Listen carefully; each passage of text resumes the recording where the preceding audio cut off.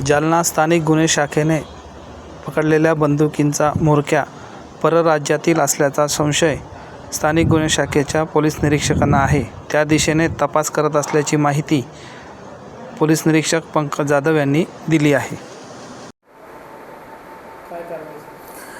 दिनांक 1/7/2025 रोजी स्थानिक गुन्हे शाखेच्या टीमला एक पोलीस ठाणे घनसावंगीच्या हद्दीत पानेवाडी शिवारात एक आरोपी मिळाला होता, महेश निचळ नावाचा. त्याच्याकडून एक पिस्टल आणि 6 जिवंत राऊंड हस्तगत करण्यात आले होते. त्या संबंधाने पोलीस ठाणे घनसावंगी येथे गुन्हा दाखल करण्यात आला होता.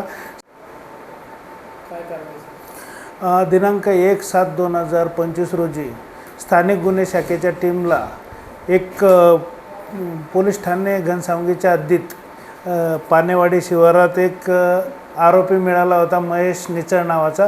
त्याच्याकडून एक पिस्टल आणि 6 जिवंत राऊंड हस्तगत करण्यात आले होते. त्या संबंधाने पोलीस ठाणे घनसावंगी येथे गुन्हा दाखल करण्यात आला होता.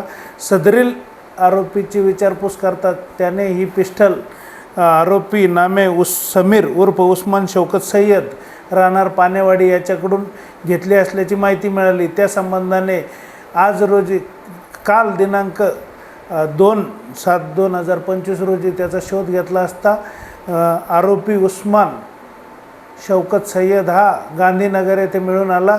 त्याची अंग झडती घेतली असता त्याच्याकडे एक पिस्टल आणि 5 जिवंत राऊंड मिळालेले असून त्याची विचारपूस केली असता सदरील राऊंड व पिस्टल त्याने कुमार उर्फ राजकुमार भानुदास शिंदे राहणार गांधीनगर त्याच्याकडून घेतल्याचे सांगितले.